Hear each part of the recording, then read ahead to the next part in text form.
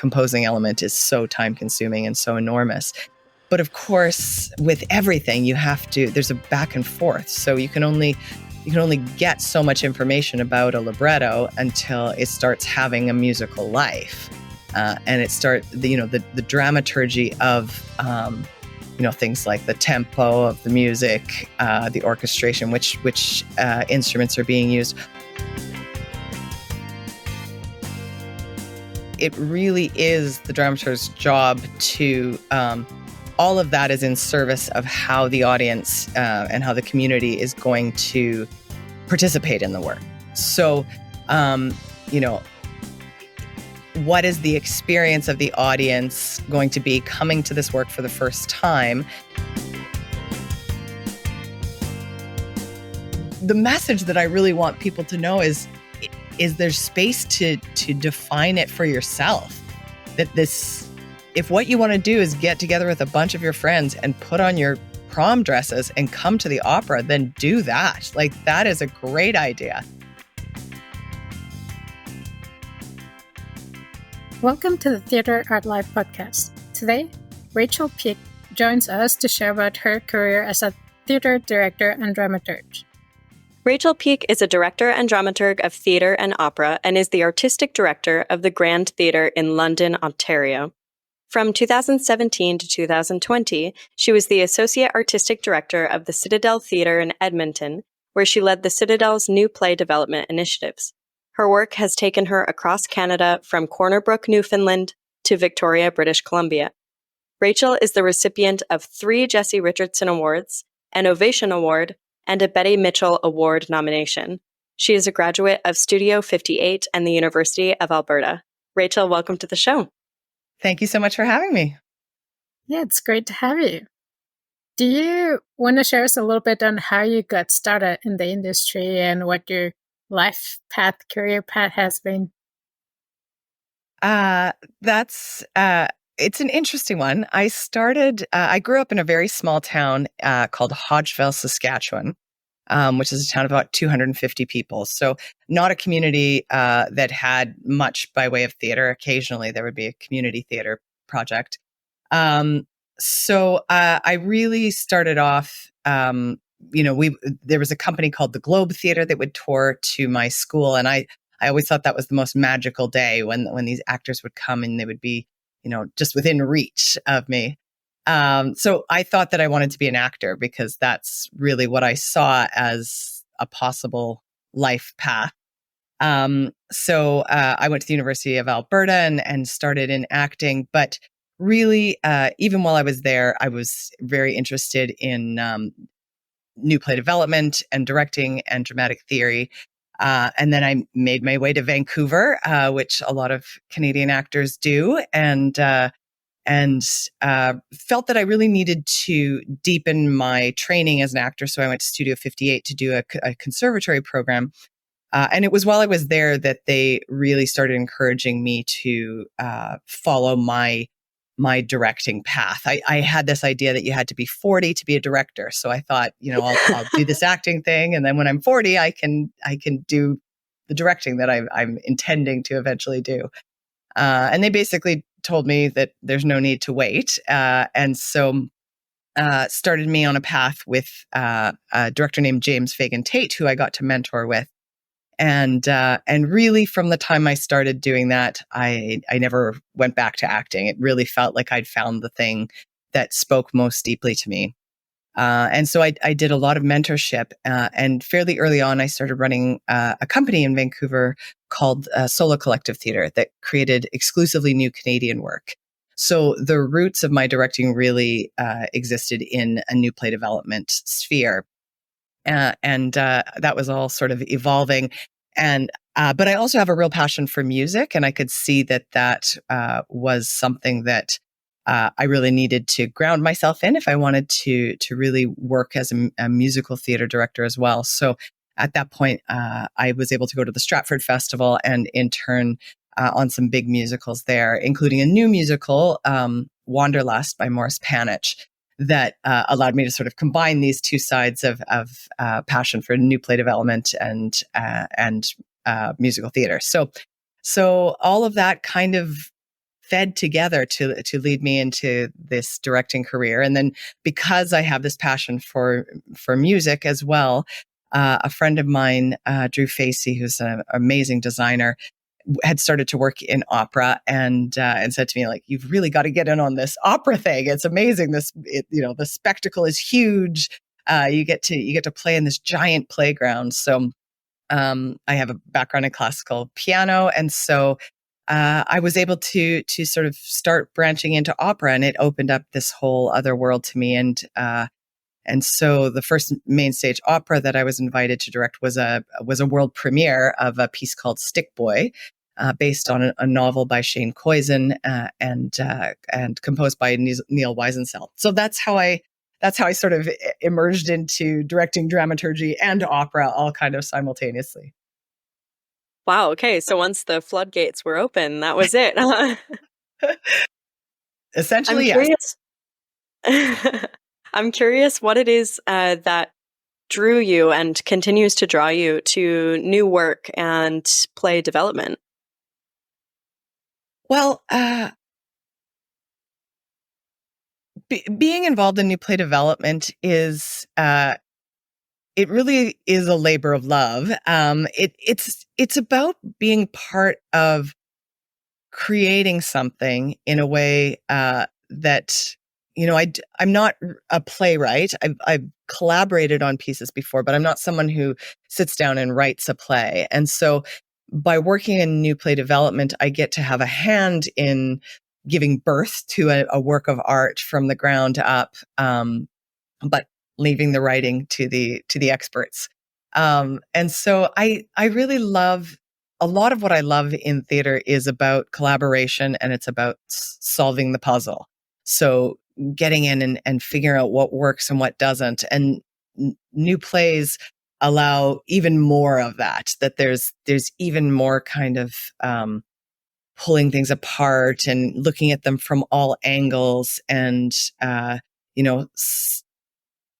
trusting in your instinct as you experience things as to what's working and what isn't. And it's sort of it's an application of form and structure and sort of these rules that we have from this Eurocentric theater history that a lot of us were raised with, and then sort of balancing knowing those rules and applying those rules with how much of that can we afford to throw away? How many new processes can we bring into it? So all of that exploration I find fascinating, and it's always different. And so those are the things that really keep me energized and excited about it. That's amazing. Do you think that applies more or less the same to new work in opera? It's an interesting thing. When you're working in new opera, the question is always, who leads? Generally, the libretto is what you start with. And you try to get a libretto to a place that it feels like it's working before the work begins of composing, because the composing element is so time consuming and so enormous. But of course, with everything, there's a back and forth. So you can only get so much information about a libretto until it starts having a musical life. And the dramaturgy of, things like the tempo of the music, the orchestration, which instruments are being used. All of those things obviously play into the audience's experience as well. And so, usually you get to work with a really great musical dramaturg as well. And so our job altogether is to sort of always figure out which element it is that needs tweaking, which is never cut and dried in terms of how obvious that is. And then there are things that, generally in my experience, the composer will start with a piano score and then orchestrate it, but not always. And once you start going down those paths, every small change you may want to make has a ripple effect in terms of how much work and how much new thought needs to go into it. So there are definitely a lot more layers when you're working on a new opera. That's fascinating. And you've mentioned layers and you've mentioned pieces of the puzzle. And one thing that I find really interesting about your career is that you have been a few different pieces of that puzzle. And as a dramaturg, you're so very laser focused on text and history and context. Whereas as a director, and then even further as an artistic director, your lens just gets wider and wider, right? So what has that transition been like for you to go from so zoomed in to so zoomed out? And how do you feel going back and forth between those two things? I think that's a really great way of sort of laying it out. I mean, I do think that the work of an artistic director is to zoom in and out. It's true that, an artistic director has to kind of look at larger picture and sort of how the big elements come together. But of course you do have to also kind of hone back in on detail. So it's definitely it's an interesting balance, but it's actually why I love doing all of them, and why I continue to do all of them. Not literally simultaneously, but going back and forth between all of them because I like that the difference between getting to really sort of focus in on the specifics of one project and the needs of one character in a given moment, and then to go much more broadly into what is the place of theater in our contemporary experience of culture and our contemporary experience of community.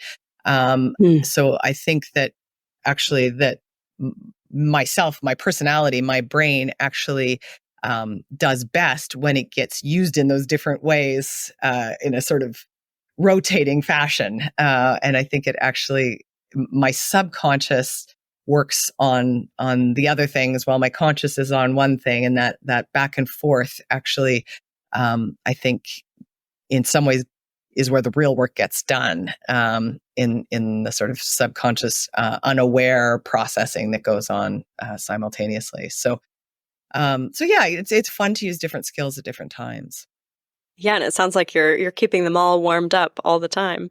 And actually, Rachel, just for some of our listeners who might not know what a dramaturg is or does, could you actually explain that role for us? Well, there are sort of two different ways that term gets used in the theater. The way that I use it more when I talk about new play development is someone who guides the I wouldn't say guides the creation process. That's not fair. The playwright obviously is the person who leads, but the dramaturg's job is a little bit like an editor, but to work alongside the playwright in a variety of different ways through the development of the piece. And different playwrights and dramaturgs have different relationships. Sometimes a playwright will be sort of well into the draft process before a dramaturg comes on, and then they start giving them feedback, outside eye kind of detail information. And other times playwrights like to work with dramaturgs along the way to help provoke with questions, or sometimes to bring in outside information to sort of inspire the writing to go in new directions. So that's kind of how a dramaturg fits into new play development. We also sometimes have dramaturg on already established plays, and in that case, the dramaturg is often, in some ways, like the middle ground between the rehearsal process and the work itself, or possibly the playwright, though the playwright themselves may never be in the conversation, or it may be a playwright who's no longer alive. So in that case, the dramaturg does historical research on past productions.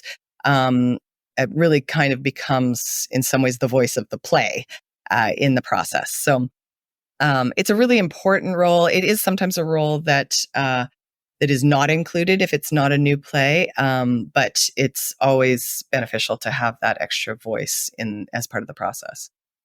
Thank you for explaining that.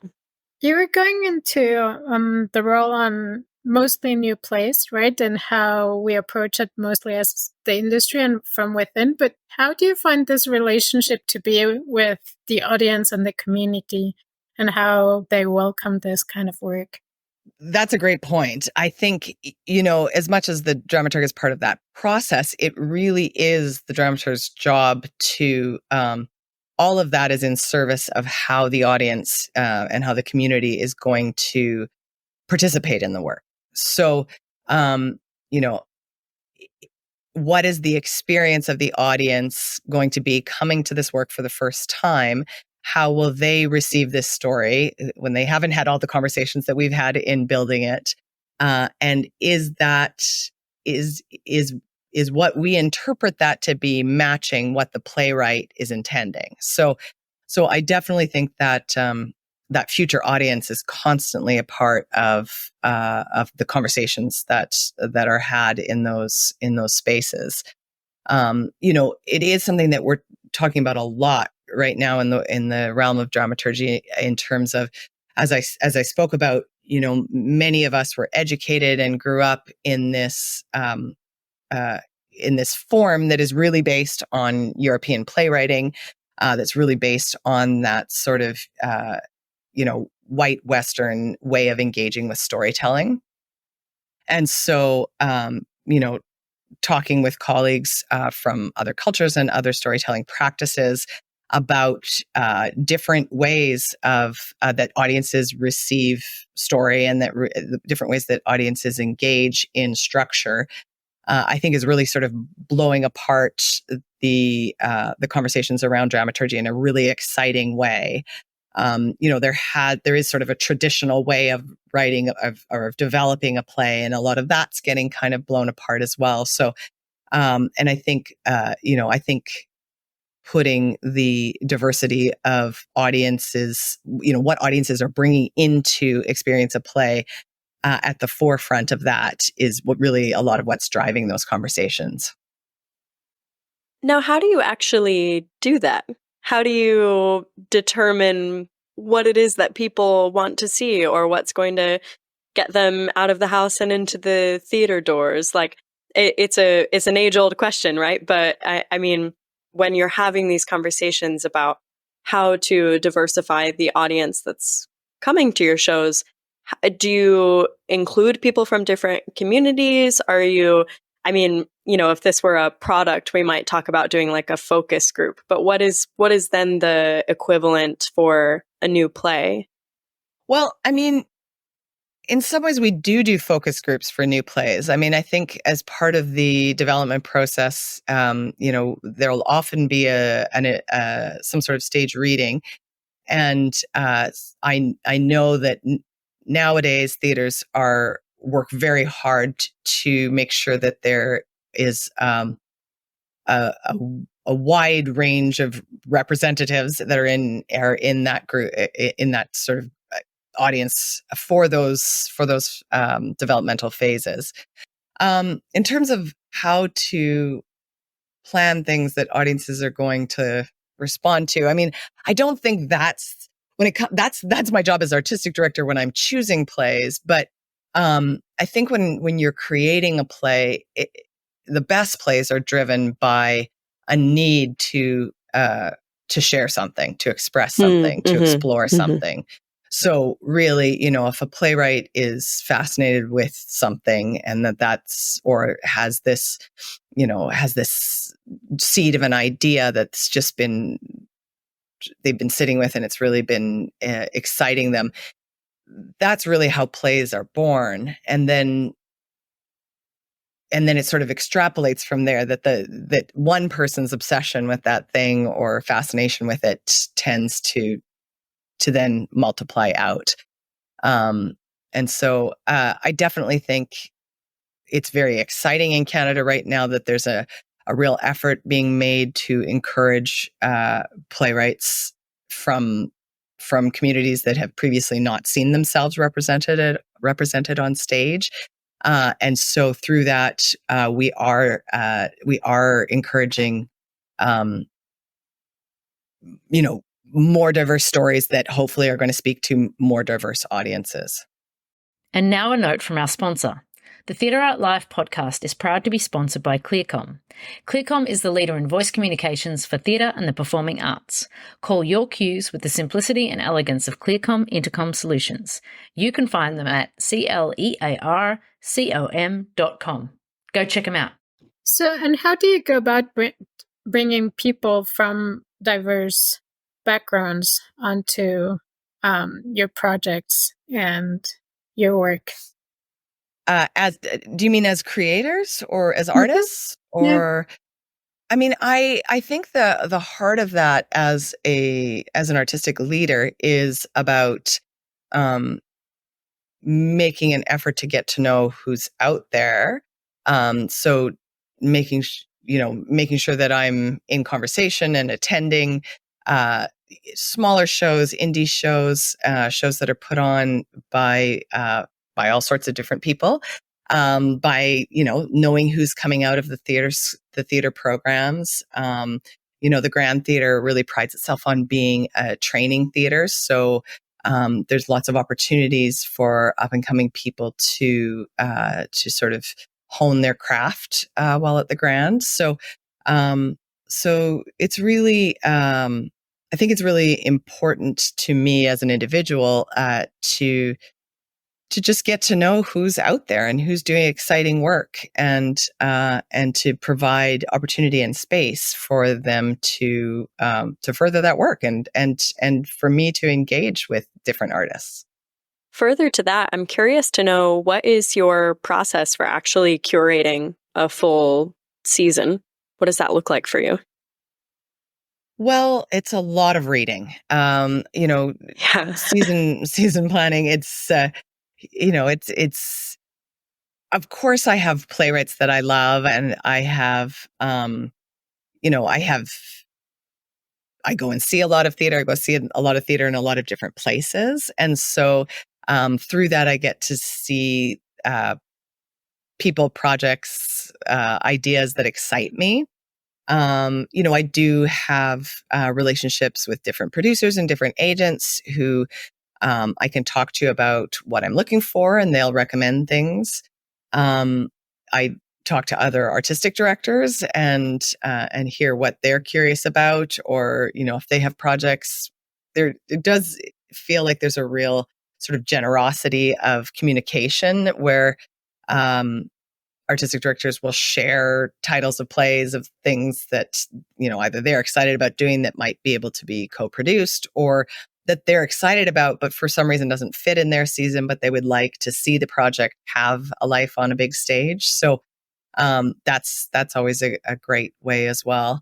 And then for me, it's really about finding a balance of titles that will excite people, that there's already something about them that will draw them in, but being able to show them something new inside that.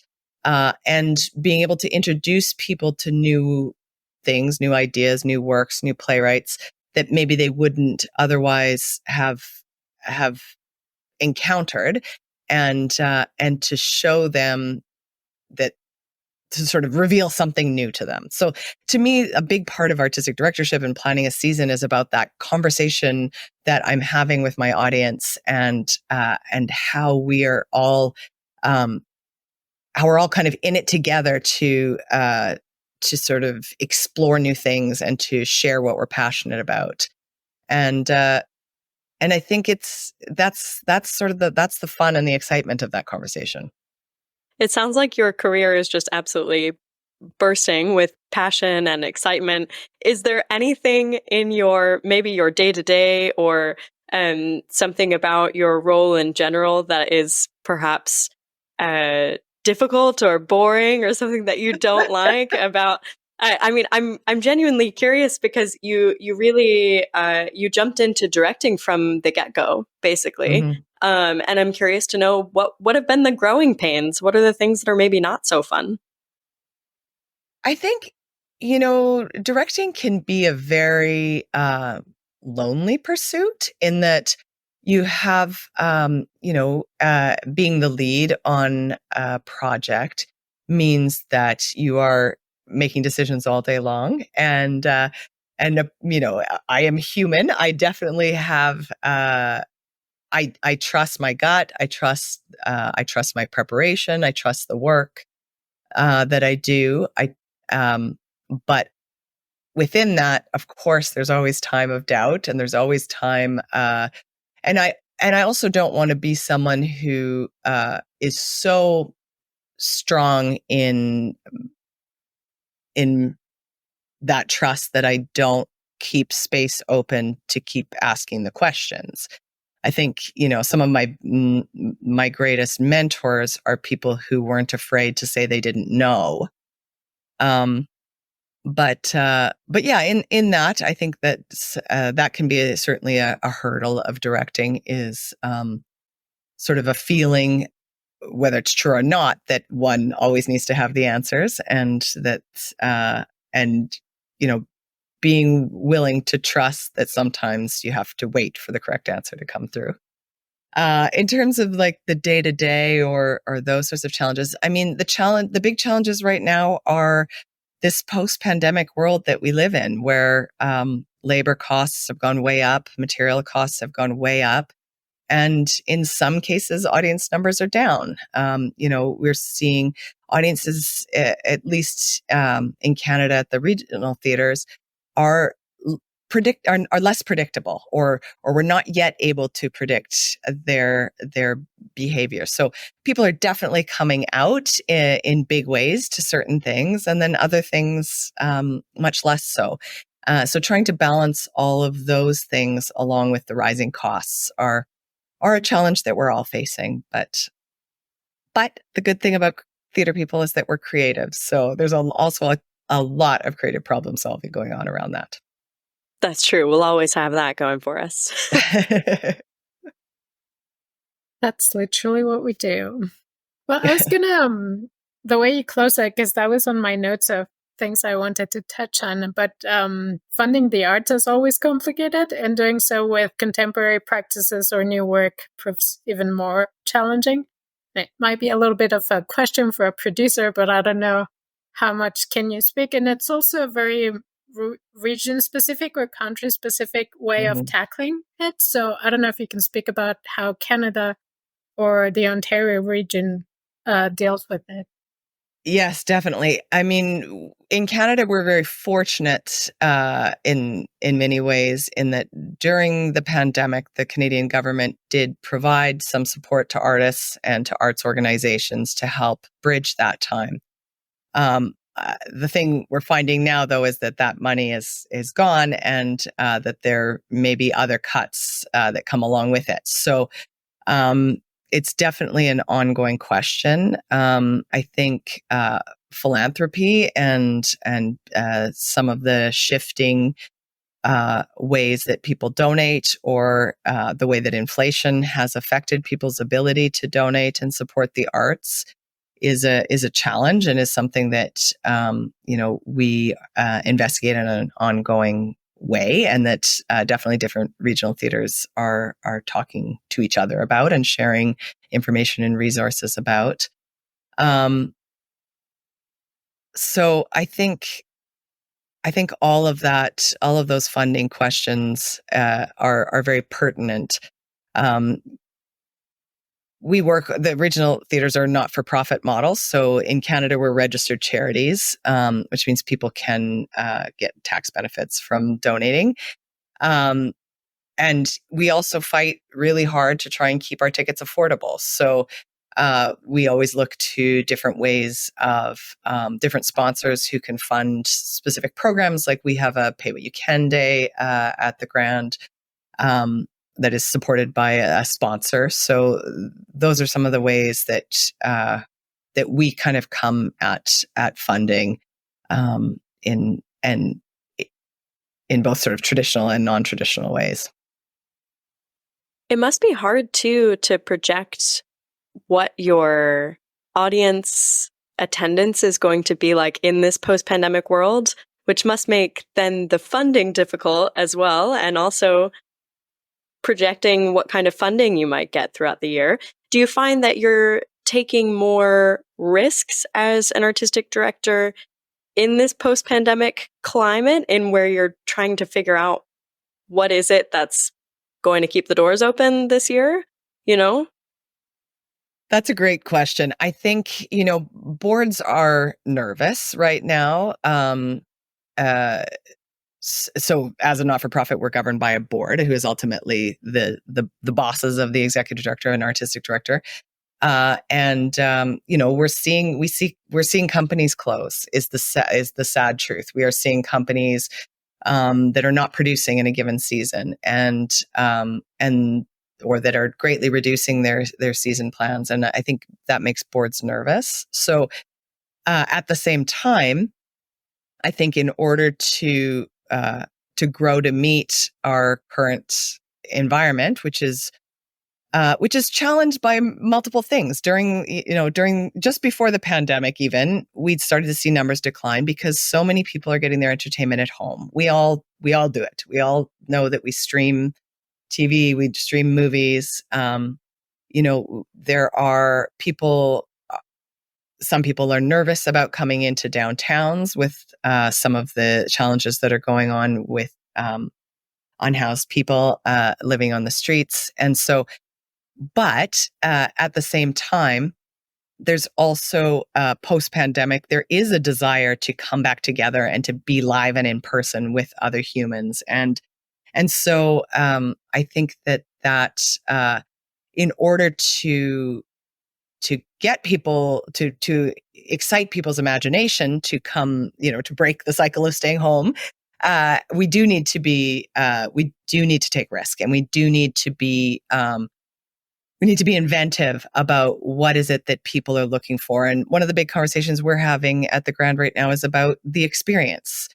That people leave their house because of the fun of the experience, and what are the things that make that true? Like, is it about and looking to other places? Like, why do people love to go to sporting events? Why do people love to go to outdoor festivals? Like, what are the things about those experiences that draw people that we can learn? It's the hot dogs. So, well, it is. A lot of it is the food and drink. No, it's an excellent point. I mean, we need a reason to leave the house, right? When we have everything we need to be entertained right here, what is it that's going to pull us out the door? It's a really good question nowadays. And I find that it's interesting how that has driven as well to maybe transform a little bit or relax some of the hard rules, especially like, for example, opera or like theater that was very like intermission lasts this long and you have to be here at this time and you have to dress like this. And, so I feel like most of those are relaxing, maybe responding to all this. Yeah, it's really interesting that I feel like we hear competing things about some of that. Like, some people are reluctant to come to something like opera because they're afraid they don't have the clothes, because we have this idea that you have to wear a gown or a tuxedo or something, when really you can go to the opera in your jeans and you will not feel strange. But then at the same time, for some people, what they love about that is getting dressed up and, putting on their uncomfortable shoes or whatever it happens to be. But that part of that ritual is what is exciting. And for them, if they can go in their sweats, they might as well just stay home. So it feels like the message that I really want people to know is there's space to define it for yourself. That if what you want to do is get together with a bunch of your friends and put on your prom dresses and come to the opera, then do that. Like, that is a great idea. But also, if you're coming straight from work and you suddenly realize that you've got the night free, then absolutely just come as you are. I'm a huge fan of prom night at the Grand. That sounds great. I'm in. Or just curating nights, right? So today is everyone in jeans and tomorrow is everyone wearing tuxedos. Exactly. Yeah, absolutely. Because I'm the person who wants to make a whole evening of it, and I want to get dressed up and I want to go out for dinner and then I want to go to my show. But you're right. There's 100% a spectrum of people, and you want to be open to as many as possible. So it's It's definitely an interesting question as we kind of venture away from the rules that maybe used to be in place a long time ago. I'd Well, definitely exactly. be the person that's like, oh, I'm out from work early and I have 15 minutes. Let me run and get to the play or the theater. So. Awesome. So, Rachel, at the end of every show, we ask the same 2 questions, which we're going to ask you now. The first one is, what is your favorite part about your job or about the industry as a whole? My favorite part of my job is about, I think the word I'm thinking is collaboration, but I also think it might be intersection. I love when I'm working with someone and I had this idea or this crazy picture in my head that I've just been sitting with, and I say it out loud, and they work to make it a physical thing in space. And then in doing so, they actually make it better and inspire a new idea in me. And that back and forth, and the way that sort of kind of sets on fire this sort of stream of things building and growing, and then this strange little idea that I had in my living room has suddenly become something big and beautiful and sometimes still really weird, but something that evokes something for people. And then that collaboration doesn't end between the creators, but then that collaboration continues to the audience member, who then engages with it and brings their own story or history or memory or day to it. And in their experiencing it, it becomes something else again. And I think that's really where the magic happens. That's where I get excited, and that's what keeps driving me. Oh, that's so beautiful. Sounds like you're in the right role. Yep, love it. I hope so. So if you could change something about either your job or the industry as a whole, what would you change? I would like to give creative people, creative workers, job security. I would say that, I wish we all had more money, which I do, but I also think that great things happen when there's a container. I sometimes think that actually bad art happens when you have an endless amount of money to just keep throwing into things, because I think that the creative problem solving that happens when you butt up against a limitation is actually where things really start to cook. But I think if artists were not having to live constantly in uncertainty and fear that the work was going to disappear, or that they weren't going to pay their rent, or that if something happened to them and they couldn't work, that they couldn't feed their families. I think that removing those obstacles from artists' brains would allow them to go so much further and bigger and bolder in a way that everyone would benefit from. Absolutely. You have a lot more freedom to be bold when your needs are being met, right? Yeah. Absolutely. If we were to have someone, could you recommend someone to be a guest on the podcast? Who would you like to hear? Or who do you think it's a great person to talk to? What a great question. So many people. Send them all our way. I mean, I really admire a woman named Sarah Stanley. Sarah, I think she's just taken over at the Arts Commons in Calgary, and she used to be the associate artistic director at the National Arts Centre. And she is someone who she was part of the foundation and the instigation of something called the National Creation Fund, which is a major player in funding like huge, big scale, big dream, new Canadian work. And she was part of the development of FOLDA, the Festival of Live Digital Arts. So I think she's someone you should talk to. Awesome. Thanks so much, Rachel. And thanks for taking the time to talk to us tonight. Thank you. It's been such a pleasure chatting with you. Thank you. Theatre at Life is a global media site for entertainment. Memberships start at only $38 per year. You can have unlimited access to our daily published articles, including entertainment news and the writings of active industry professionals, ensuring that you are always up to date on the global happenings in the world of entertainment. Become a part of the international entertainment community and join us now at www.theatreartlife.com.